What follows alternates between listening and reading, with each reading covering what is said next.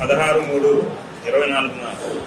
జగన్మోహన్ రెడ్డి గారు ఇడుగుపాయలో నా పేరు అద్దంకి కాన్స్టిట్యూన్సీ నుంచి ఎమ్మెల్యే అభ్యర్థిగా ప్రకటించడం జరిగింది. తెలియగానే నేను డైరెక్ట్ గా దైవ దర్శనానికి వెళ్ళాలని చెప్పి ముందే అనుకున్నాను. దాని ప్రకారంగా నేను నాకు ఇష్టమైనటువంటి దేవుడి దగ్గరికి వెళ్లి అక్కడికి వెళ్లి ప్రార్థన చేసుకుని నేను అక్కడి నుంచి హైదరాబాద్ వెళ్లి ఒక రోజే ఉన్నాను హైదరాబాద్. మళ్ళీ వెంటనే నేను సాయంత్రానికి వెంటనే వచ్చేసాను. ఈ రోజు మార్నింగ్ కి అద్దంకిలో ఉన్నాను.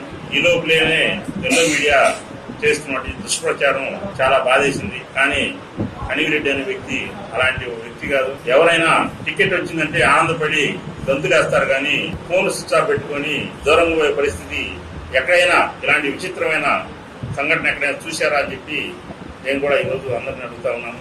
రాబోయే కాలంలో కూడా చూస్తా ఉన్నట్లయితే తెలుగుదేశం వారికి అద్దంకి నియోజకవర్గం వాళ్ళకి పరిస్థితి అర్థమైంది. ఖచ్చితంగా రాబోయే కాలంలో వైఎస్ఆర్సీపీ గెలుస్తుందని వాళ్ళ సర్వేల ప్రకారంగా వాళ్ళ లెక్క ప్రకారంగా వాళ్ళకి అర్థమయ్యి ఏదో రకంగా ఇక్కడ దుష్ప్రచారం చేసి రకరకాల ఎత్తులేసి పై ఎత్తులేసి నేను గత 3 నెలల నుంచి చెప్తా ఉన్నాను. ఇక్కడ ఉన్నటువంటి గత ఎమ్మెల్యే 3 సార్లు నుంచి గెలుస్తున్నటువంటి ఎమ్మెల్యే మాయల మరాఠీ అని చెప్పి చాలా ఎత్తులు పై ఎత్తులు వేస్తారని చెప్పి అందరూ చెప్తా ఉన్నారు.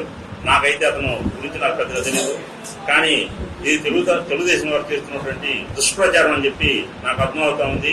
కానీ ఒకటైతే ఆ అద్దంకి ప్రజలకు చెప్పదలుచుకున్నాను, ఎట్టి పరిస్థితుల్లో కూడా ఏది ఏమైనా సరే ఆ అద్దంకి ప్రజలకు నేను ఖచ్చితంగా సేవ చేసుకుంటాను, అదే విధంగా అండగా ఉంటానని చెప్పి తెలియజేస్తా ఉన్నాను. Please subscribe .news.